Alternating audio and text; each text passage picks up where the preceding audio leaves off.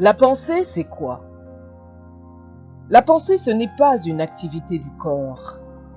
La pensée, c'est une activité de l'âme, car dans l'âme se trouvent les émotions, la volonté, mais aussi l'intelligence. Il est impossible de parler de l'intelligence sans parler de la pensée, car l'intelligence est faite de l'assemblage des pensées. Lorsque quelqu'un a des mauvaises pensées, il a une mauvaise activité de son âme, c'est-à-dire que son âme produit de mauvaises choses. L'homme a le corps, l'âme et l'esprit, et il y a une partie déterminante que l'on appelle l'âme. Et quand l'âme a une mauvaise activité, l'âme engendre de mauvaises pensées. La pensée, c'est aussi l'opinion d'une personne. Ce qui est au-dedans de toi est ton opinion. Même pendant que je prêche, tu as une opinion du message, une opinion du messager, une opinion de l'Église. Il y a tellement de choses en toi. C'est ça, ta pensée, ton opinion. La pensée, c'est aussi la réflexion. C'est cette capacité que tu as de disséquer l'information, de l'approfondir, de retenir ce qui est bon, de rejeter ce qui est mauvais. C'est ta pensée. Mais sachez qu'il y a aussi de mauvaises réflexions. C'est pourquoi il n'est pas dit que tout homme qui réfléchit est sage. Il y a de grands raisonneurs, mais qui ne sont pas sages, parce que leur réflexion est faite de mauvaises pensées. La pensée, c'est aussi l'imagination. La pensée n'est pas seulement faite d'une voix intérieure. La pensée est aussi faite des images intérieures. Des images. Il y a des gens qui ne pêchent pas par de mauvaises voix intérieures, mais qui pêchent par de mauvaises images intérieures. L'imagination. Cette capacité de voir au-dedans de toi des choses, de les créer même, sans même que tu les aies vues. L'homme est imaginatif, car il doit toujours coller à chaque concept une image. La pensée, c'est aussi le siège de la créativité et de l'action. Avant que l'homme ne crée, il doit penser.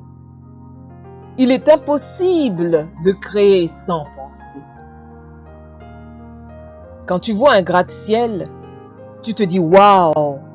Mais ce gratte-ciel, avant d'être un gratte-ciel, a été une pensée. C'est le siège de la créativité et de l'action. Ce qui fait qu'une pensée précède toujours l'action. Ne te concentre pas sur tes actions, concentre-toi sur tes pensées. Parce que ce sont tes pensées qui engendrent tes actions. Donc la pensée est la source de toute action. La pensée est la base de toute décision. Avant qu'un homme décide, il pense. Et s'il pense bien, il décide bien. S'il pense mal, il décide mal. La pensée, c'est le soubassement du caractère. Quelqu'un a dit, la pensée engendre l'acte. L'acte engendre une habitude. L'habitude engendre un caractère. Le caractère détermine une destinée. Une pensée, lorsqu'elle se répète en toi, elle exige d'apparaître en forme d'une action. Lorsque cette action est répétitive, ça devient une habitude. Lorsque cette habitude devient aussi répétitive, ça devient un caractère. Lorsque tu demeures dans un caractère, tu traces une destinée. Et lorsque tu traces une destinée, tu finis soit au ciel, soit en enfer. Et voici une définition bizarre, mais vraie. La pensée, c'est l'homme. La Bible dit, tel il est, telles sont ses pensées. Tu veux connaître les pensées d'un homme? Regarde-le.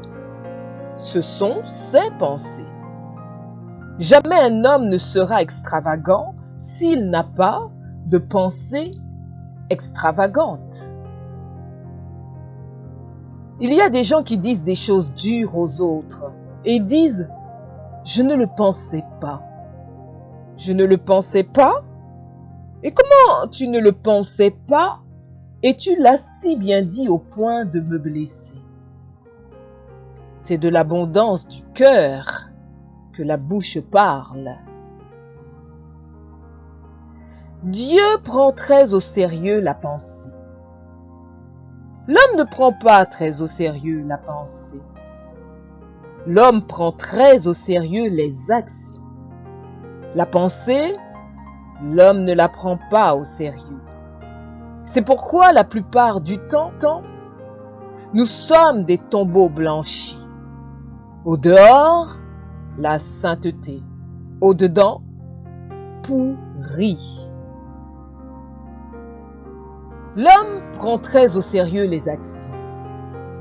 Je ne volerai pas, je ne commettrai pas l'adultère, je ne tuerai pas.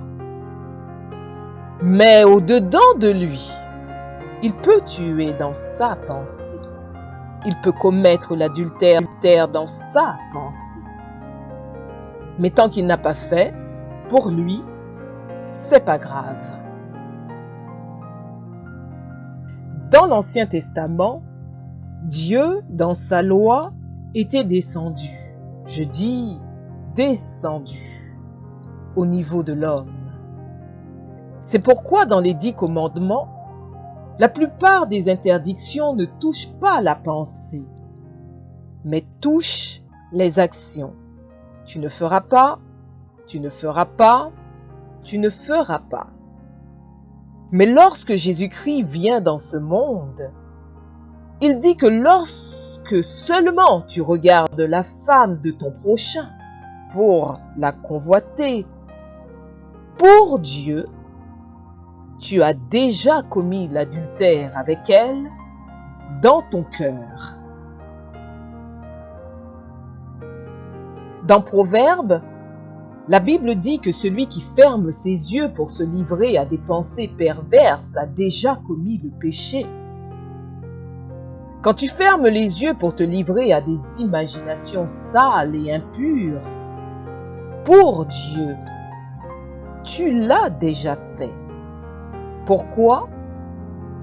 Dieu prend au sérieux les pensées. Pour Dieu, il n'y a pas de différence entre la pensée et l'action. Ce que tu penses pour Dieu, tu l'as fait. C'est pourquoi au dernier jour, beaucoup de gens seront étonnés d'être jetés en enfer, mais ils n'ont rien fait. Ils ont seulement pensé.